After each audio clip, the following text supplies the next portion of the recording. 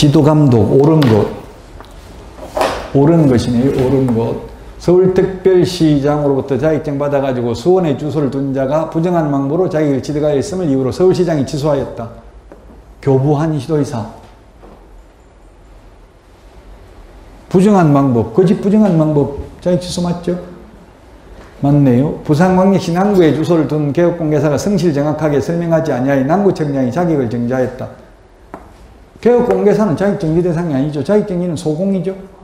개업공개사는 500만원 이하의 과태료 틀렸고, 그 다음에 노원구에 사무소를 둔 개업공개사 거짓 부정한 방법으로 등록을 했으면 업무정지가 아니라 거짓 부정한 방법은 등록 취소 사유입니다. 군산시에 사무소를 둔 개업공개사가 다른 사람에게 자기의 성명 사용하면 양도대여와 똑같다고 했죠? 양도대여니까 등록 취소해야 된다. 개업공개사가 양도대여 했으니까. 미음, 강원도 춘천시에 사무소를 둔 개업공개사가 등록증을 게시하지 않는 경우 강원도지사 X 500만원 X 등록관청이 100만원 이하의 과태료 부과하죠? 시도지사가 부과하는 거는 자격증 미반납, 연수교육 안 받는 거. 답 2개네. 2번이 답입니다. 2번. 옳은 거 2개, 동그라미 2개네요.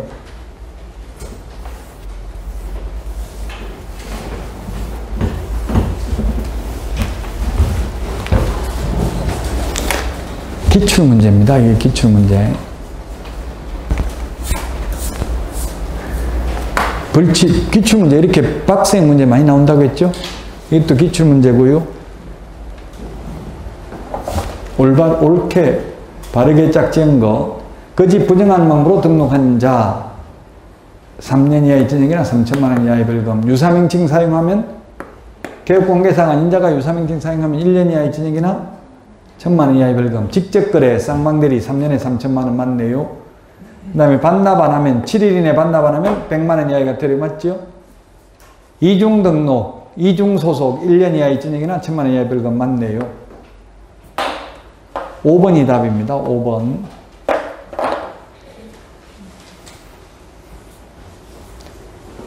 벌칙은 단순히 암기하는 내용입니다.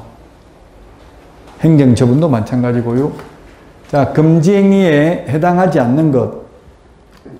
금지행위 우리 프린트 11번 매무수거, 관직상투, 시공시.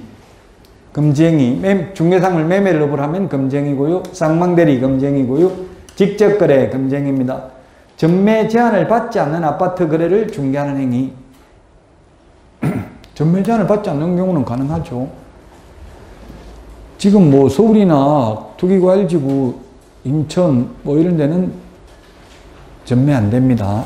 입주할 때까지도 안 되고 입주하고 나서도 전매 제한인 경우 많아요. 시세 대비 싼 경우. 근데 지금 우리 수도권에서 가장 집값이 많이 올라간 곳이 이천시라더라고. 이천은 6개월 후에 전매 가능하더라고. 6개월 후에. 왜 그렇게 했어요? 분양가가 엄청나게 비싸요. 분양가 상한제가 적용 안 되니까. 그러다 보니까 전매 가능해요. 전매 가능하면 전매 제한을 받지 않는 경우는 중개해도 불법이 아니라고요. 금쟁이 아니다. 4번이 답이고요. 무등록 개업공개사임을 알면서 하면 1년 이하의 징역이나 1,000만원 이하의 벌금이죠. 금쟁입니다. 답 4번입니다.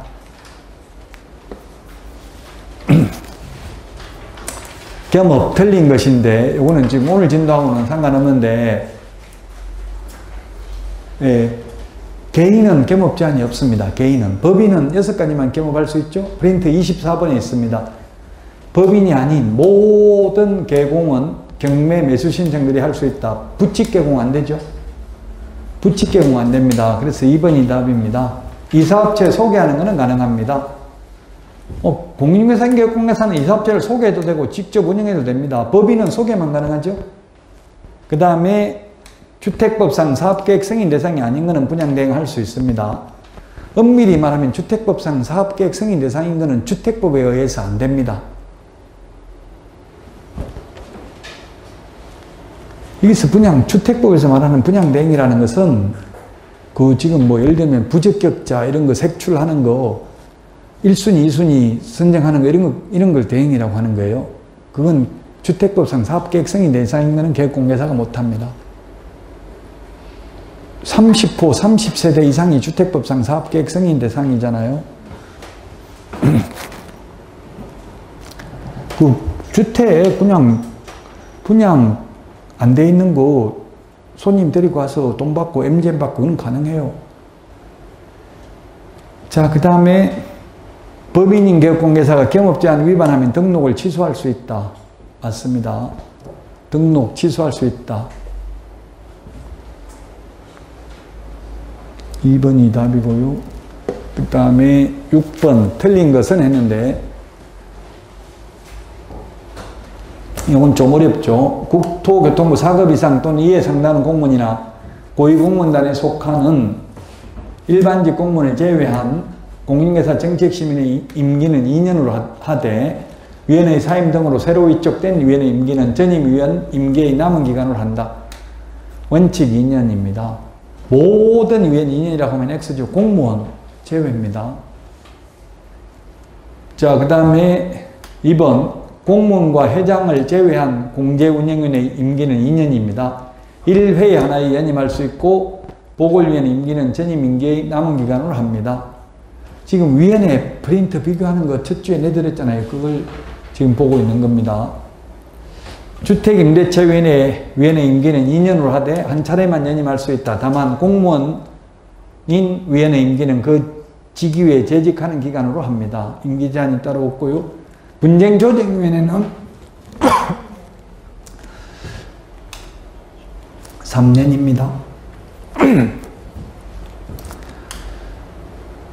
그 다음에 5번 90일이 아니고 60일 이내에 조정을 마쳐야 됩니다. 60일.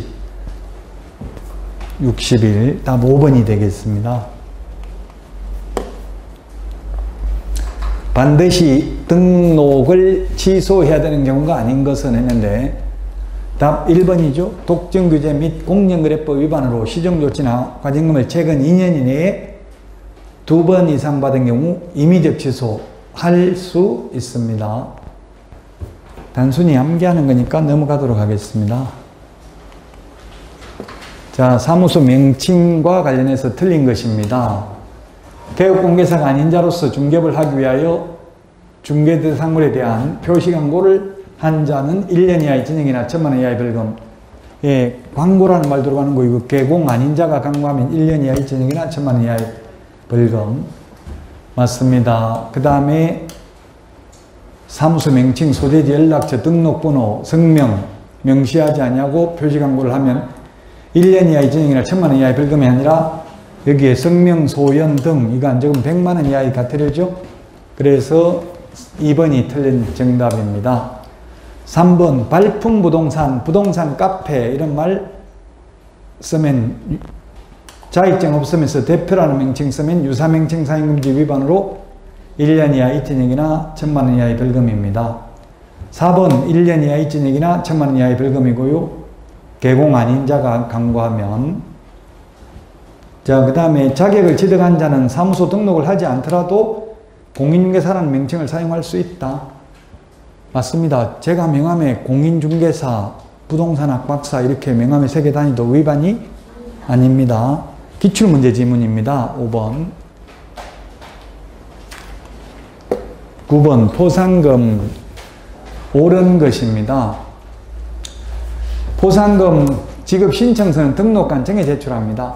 신고는 신고센터에 신고해도 되고 그 다음에 고발은 수사기관에 고발해도 됩니다. 그러나 포상금은 반드시 등록관청에 제출해야 됩니다. 맞습니다. 1번이 답이고요. 2번은 협회에서 보조하는 게 아니라 국고에서 50%까지 보조할 수 있죠. 국고에서. 그 다음에 국토부 장관이 포상금 지급하는 게 아니라 포상금 지급은 등록관청이 지급합니다. 그 다음에 국토부 장관 X고요. 30일 이내가 아니라 1개월 이내에. 그래서 두 군데 X고요. 2건 이상이 접수되면 균등 배분이 아니라 최초로 접수한 자. 2인 이상이 신고하면 균등하게 배분이죠. 중개보수 타당한 것인데 주택 외 중개사물 보수는 쌍방 각각 받되 그 일방으로부터 받을 수 있는 한도는 1,000분의 9입니다. 매매된 임대차도 모두 1,000분의 9입니다. 주택의 경우 매매는 1000분의 7, 임대차는 1000분의 6 범위 내에서 시도조례죠. 최대가 15억 이상인 경우. 2번 보증금 외에 월차임이 있는 경우에는 보증금 더하기 월세 곱하기 100을 한 금액이 5천만 원 미만이면 보증금 더하기 월세 곱하기 70을 합니다. 3번 개업공개사는 중개보수 및 실비효율 및 한도액표의 중개사물이 주택인 경우가 아니라 주택 외인 경우죠. 주택 외인 경우. 주택인 경우가 아니라 주택 외인 경우 자기가 받고자 하는 금액을 명시해야 됩니다. 그렇다고 해서 0.9인데 최대가 1.2 이렇게 명시할 수는 없죠. 4번 분양권 매매를 중개한 경우 거래가액이라 하면 당사자가 거래 당시 수수하게 되는 총대금, 즉 통상적으로 계약금, 이미 납부한 중도금, 프리미엄을 합산한 금액이라고 보아야 할 것이다. 즉 분양가에다가 요율을 곱하면 안 된다고요. 실제 주고받는 돈에다가 곱하기 요율을 한다. 4번이 맞습니다. 5번 개업공개사는 중개보수 청구권 행사의 법률적 근거는 중개계약이 체결되어야 하며 청구권 행사 여부는 중개가 완성되어야 하나 중개가 완성되지 못한 경우라도 일부는 청구할 수 있다. 한 푼도 못 받죠. 100군데 보여줘도 계약 성사 못 시키면 한 푼도 중개보수를 받을 수 없습니다. 4번이 답이 되겠습니다. 이거는 5천만 원 이하가 아니라 미만이라고요. 미만.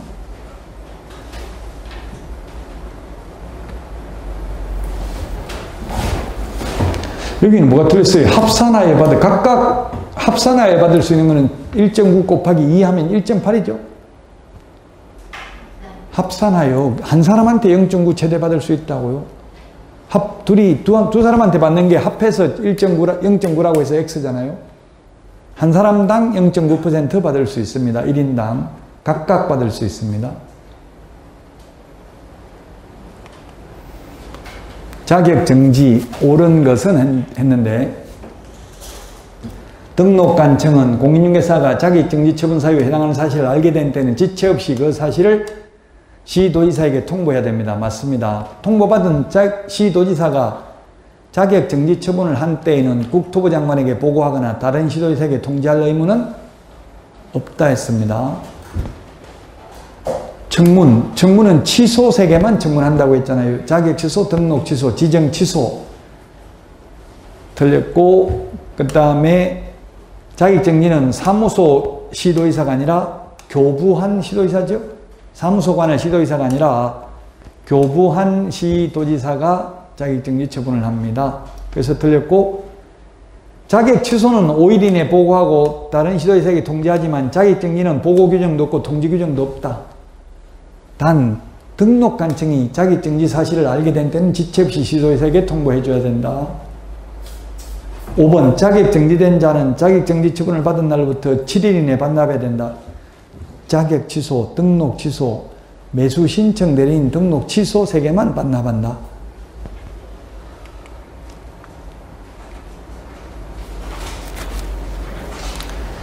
답 4번이죠. 2분의 1이 아니고 3분의 1.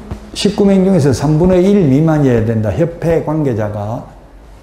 그래서 4번이 틀린 정답입니다. 과반수 출석, 과반수 찬성으로 의결합니다. 19명 중에서 10명 이상 출석, 10명 출석했으면 6명 이상 찬성이죠. 제적위원 과반수가 아니라 출석위원 과반수 찬성으로 의결합니다. 협회에 공제운영위원회 둔다. 둘 수 있다가 아니라 주된 사무소 서울에 두어야 할 의무 없다. 협회. 어디에 두든 상관없다. 그래서 4번이 답이고 5번 운영위원회는 위원장, 부위원장 각각 일명을 두되 위원장, 부위원장은 각각 호선이다. 호선이라는 것은 상호간에 선출한다는 뜻입니다. 맞습니다. 근데 공인중개사 정책심의위원회는 부위원장이 없습니다. 공인중개사 정책심의위원회는 위원장이 미리 제명한 위원이 직무를 대행하죠. 공제운영위원회는 부위원장이 있는데 공인중개사 정책심의위원회는 부위원장 없다고요. 틀린 것은 했는데 협회 서울의 주된 사무소 둘러 의무가 없다. 협회 총회 의결 내용 지체 없이 국토부 장관에게 보고해야 된다. 협회는 부동산 중개 제도 연구 개선에 관한 업무를 고유 업무로 수행할 수 있다. 지부는 시도의사에게, 지회는 등록관청에 사후 신고입니다. 5번이 답이네요. 협회는 민법 중 사단법인에 관한 규정을 준용하죠. 비영리 사단법인이기 때문에 틀렸습니다. 5번이. 계약금 등의 반환채무 이행보장 제도와 관련해서 틀린 것입니다. 1번이네요. 우리 프린터 52번에 15번, 16번.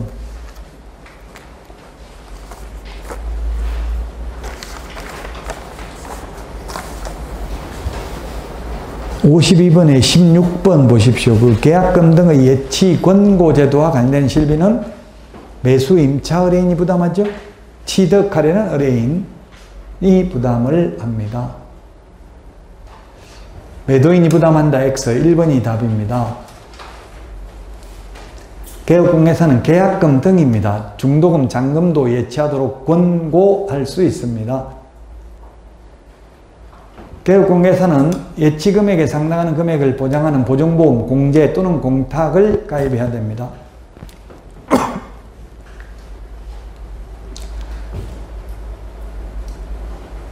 그래서 개업공개사 명의로 사실상 예치하기가 어렵고요. 그 다음에 개업공개사는 자신의 예치금과 계약금 등을 분리해서 관리해야 됩니다. 그리고 5번 개업공개사는 거래 당사자의 동의 없이는 예치된 계약금 등을 인출하여서는 아니 됩니다.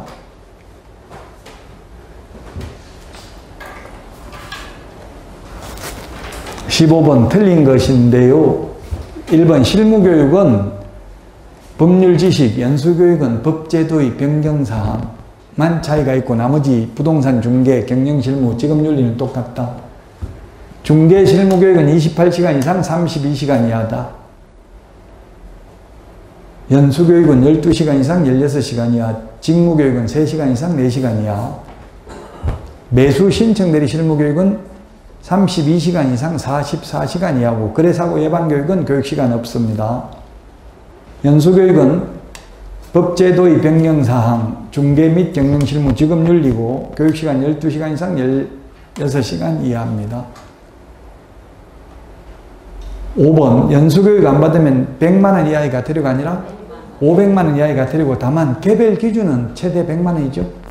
개별 기준에 2분의 1을 더하면 150만원 부과할 수도 있다. 수고하셨습니다. 이번 토요일날 모의고사 보죠.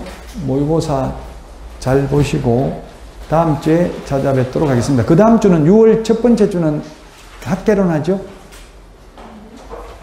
6월 6일, 무슨 날이에요? 6월 6일인가? 6월 첫 번째 주가 무슨 날입니까? 6일, 현충일, 학개론 하죠? 다음 주에 뵙도록 하겠습니다. 수고하셨습니다.